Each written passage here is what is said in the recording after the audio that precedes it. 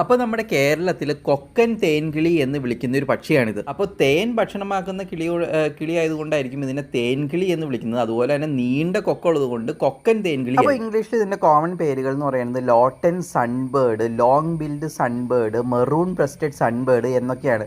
ഹിന്ദിയിൽ ഇതിനെ തേൻചിറ്റ് എന്നും വിളിക്കാറുണ്ട്. അപ്പോൾ ഈ പക്ഷി ഒരു നെക്ടറിൻ്റെ ഫാമിലിയിൽപ്പെട്ട സിന്നിറിയസ് ജൻസിൽപ്പെട്ട ഒരു പക്ഷിയാണിത്. സ്പീഷീസിൻ്റെ പേര് സിന്നിറിയസ് ലോട്ടേനിയസ്. അപ്പോൾ 1766 ലിനേസ് ആണ് ഇതിൻ്റെ പേര് നിർണ്ണയിച്ചത്. പക്ഷേ ഈ കിളിയെ കുറിച്ച് പറയുന്നതും ഇതിൻ്റെ സ്പെസിമെൻസ് ഒക്കെ കൊടുത്തേക്കുന്നത് സിലോണിലെ അന്നത്തെ ഡച്ച് ഗവർണർ ആയിരുന്ന ജോവാൻ ഗിഡിയോൺ ലോട്ടൻ ആണ്. അതുകൊണ്ടാണ് ഇതിന് ലോട്ടൻ സൺബേർഡ് എന്ന് ഉള്ള പേര് വെച്ചത്. അപ്പോൾ ഈ വീഡിയോ എടുത്തേക്കുന്ന കേരളത്തിൽ നിന്നാണ്. ഇതിൻ്റെ നേറ്റീവ് എന്ന് പറയുന്നത് ഇന്ത്യയും ശ്രീലങ്കയും ഒക്കെയാണ്. കൂടുതലായിട്ടും കണ്ടുവരുന്നത് ഫോറസ്റ്റുകളിലും പിന്നെ ഗാർഡൻസിലും പ്ലാന്റേഷൻസിലും പിന്നെ അർബൻ ഗ്രീൻ സ്പേസസ് ഉള്ളതും ഒരുപാട് ഫ്ലവേഴ്സ് ഉള്ളതുമായിട്ടുള്ള ഏരിയാസിലൊക്കെ തന്നെ ഇതിനെ കണ്ടുവരുന്നത്. അപ്പോൾ ഇതിൻ്റെ ഒരു ഇക്കോളജിക്കൽ ഇമ്പോർട്ടൻസ് പറയുകയാണെങ്കിൽ ഇതൊരു തേൻ കുടിച്ച് ജീവിക്കുന്ന ഒരു കിളി ആയതുകൊണ്ട് തന്നെ ഇതൊരു നല്ല പോളിനേറ്റർ ആണ്. അത് ഇപ്പോൾ ഈ വീഡിയോ കാണുമ്പോൾ തന്നെ നിങ്ങൾക്ക് മനസ്സിലായി കാണും.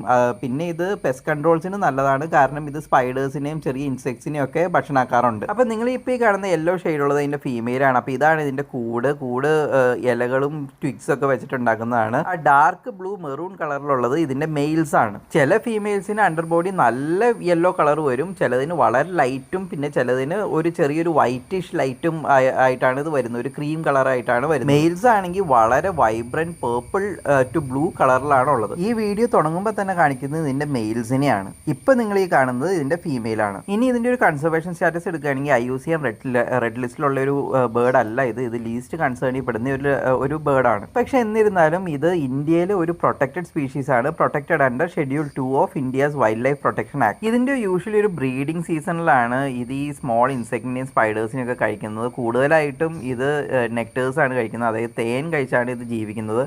അപ്പോൾ ഇത് ഹമ്മിങ് ബേർഡ് പോലെ തന്നെ ഇതിന് പൂവിൻ്റെ ചുറ്റുമായിട്ട് ഹോവർ ചെയ്ത് എയറിൽ തന്നെ ഒരിടത്ത് തന്നെ ഹോവർ ചെയ്ത് നിന്ന് തേൻ കുടിക്കാൻ പറ്റും. ഇതിൻ്റെ നാക്കെന്ന് പറയുന്നത് ഒരു ബ്രഷ് പോലെയാണ് ഇരിക്കുന്നത്. അതുപോലെ തന്നെ നല്ല വലിയ കൊക്കാണ് ഇതിനുള്ളത്. അപ്പോൾ അത് രണ്ടും യൂസ് ചെയ്തിട്ടാണ് ഇത് നെക്ടേഴ്സ് എക്സ്ട്രാക്ട് ചെയ്യുന്നത്. ഇതിൻ്റെ ഒരു പ്രിഫേർഡ് ഹാബിറ്റാറ്റ് എന്ന് പറയുന്നത് ഏറ്റവും നന്നായിട്ട് ജീവിക്കാൻ പറ്റുന്നൊരു ഹാബിറ്റാറ്റ് എന്ന് പറയുന്നത് tropical and subtropical moist ഫോറസ്റ്റുകളും പിന്നെ സ്ക്രബ് ലാൻഡ്സും മാംഗ്രോവ്സും പിന്നെ കൾട്ടിവേറ്റഡ് ഏരിയാസൊക്കെയാണ്. എന്നിരുന്നാലും അർബൻ റീജിയൻസിലുള്ള ഗാർഡൻസിലും ബൊട്ടാനിക്കൽ പാർക്സിലും ഒക്കെ തന്നെ ഇതിനെ കണ്ടുവരുന്നുണ്ട്. ഇതിൻ്റെ ലൈഫ് സൈക്കിൾ പറയുകയാണെങ്കിൽ ഇത് മുട്ടകളിട്ടാണ് ഇതിന് കുഞ്ഞുങ്ങൾ വിരിയിക്കുന്നത്. പിന്നെ ബ്രീഡിംഗ് സീസൺ എന്ന് പറഞ്ഞു കഴിഞ്ഞിട്ടുണ്ടെങ്കിൽ ഇന്ത്യയിൽ നവംബർ ടു മാർച്ച് ആണ്, ശ്രീലങ്കയിൽ ഫെബ്രുവരി ടു മെയ് ആണ്. അപ്പോൾ ഇതിൻ്റെ കൂടുകളുടെ ഒക്കെ ഒരു സ്റ്റൈല് നമ്മൾ നേരത്തെ ഫോട്ടോസിൽ കാണിച്ചിരുന്നു. അപ്പോൾ ഇത് നമ്മൾ തൂങ്ങിക്കിടക്കുന്ന ഒരു പൗച്ച് ലൈക്ക് കൂടാണ് ഇതിനുള്ളത്. അപ്പോൾ അതൊക്കെ ഉണ്ടാക്കുന്ന ചെറിയ ട്വിഗ്സും പിന്നെ ഇലകളും പിന്നെ ബാർക്കുകളും ഒക്കെ ഒരു സിൽക്കി നൂല് പോലെയുള്ള സംഭവങ്ങളൊക്കെ വെച്ചിട്ടാണ് ഇത് ഉണ്ടാക്കുന്നത്. അപ്പോൾ ഇതിൻ്റെ ഒരു കൂടെന്ന് പറയുന്നത് മാക്സിമം 2 മുട്ട വരെയും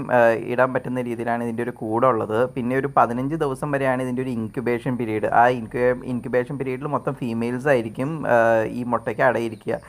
പിന്നെ ഒരു പാരൻ്റൽ കെയർ എന്ന് പറഞ്ഞു കഴിഞ്ഞിട്ടുണ്ടെങ്കിൽ 2 പാരൻസും ഇത് വിരിഞ്ഞ് കഴിഞ്ഞിട്ടുണ്ടെങ്കിൽ ചിക്സിനെ ഫീഡ് ചെയ്യും. പിന്നെ വേറെ പരുന്തുകളും കഴുകന്മാരും പിന്നെ വേറെ ബേർഡ്സൊക്കെയാണ് ഇതിനെ ഹണ്ട് ചെയ്യുന്നത് കൂടുതലായിട്ട്. അപ്പോൾ നിങ്ങൾ ഈ കാണുന്ന പോലെ തന്നെ ഇതിൻ്റെ ഭയങ്കര സ്വിഫ്റ്റ് ആയിട്ടുള്ള മൂവ്മെൻറ്റ്സും ഫ്ലൈറ്റ്സും ആണ് ഇതിൻ്റെ ഒരു ഡിഫൻസ് എന്ന് പറയുന്നത്. പിന്നെ നെസ്റ്റ് ഉണ്ടാക്കുമ്പോൾ കൂടുതലായിട്ടും സ്പൈഡർ വെബ്സ് ഒക്കെ കൂടുതലായിട്ടുള്ള ഏരിയാസിലാണ് ഇത് നെസ്റ്റ് ഉണ്ടാക്കുന്നത്. അപ്പോൾ കൂടുതലായിട്ടും വേറെ ബേർഡ്സ് ഒന്നും ആ ഏരിയക്കടെ വരും. ഇവിടെ കൂടുതലായിട്ടും കോവലൊക്കെ കയറ്റി അങ്ങനെ പന്തലിൻ്റെ ഒക്കെ അടിയിൽ കൊണ്ടുപോയിട്ട് ഇത് കൂട് വയ്ക്കാറുണ്ട്. കാരണം മോളിൽ നിന്ന് നോക്കി കഴിഞ്ഞിട്ടുണ്ടെങ്കിൽ പെട്ടെന്ന് ഇതിനെ ലൊക്കേറ്റ് ചെയ്യാൻ പറ്റില്ല. ഇതിൻ്റെ ഒരു കൾച്ചറൽ സിഗ്നിഫിക്കൻസ് പറയുകയാണെങ്കിൽ ഒരുപാട് പെയിൻറ്റിങ്സിലും പോയട്രീസിലും ഒക്കെ ഇതിനെക്കുറിച്ച് പരാമർശിച്ചിട്ടുണ്ട്. അപ്പോൾ ഇനി നമുക്ക് ഇതിൻ്റെ ഒരു വോയിസ് നോട്ട്സ് ഒന്ന് കേൾക്കാം.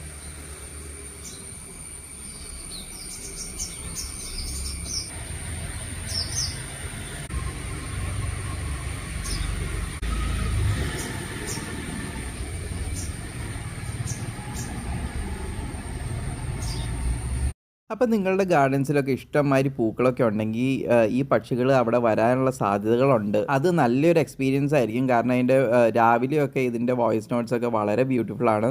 അപ്പോൾ നിങ്ങൾക്ക് ഡെഫിനറ്റായിട്ടും ഈ വീഡിയോ ഇഷ്ടപ്പെട്ടെന്ന് കരുതുന്നു. അപ്പോൾ നിങ്ങൾക്ക് വീഡിയോ ഇഷ്ടപ്പെട്ടെങ്കിൽ ലൈക്ക് ചെയ്യുക, ഉറപ്പായിട്ട് ഷെയർ ചെയ്യുക, സബ്സ്ക്രൈബ് ചെയ്യുക, പിന്നെ കമൻറ്റ് ചെയ്യുക.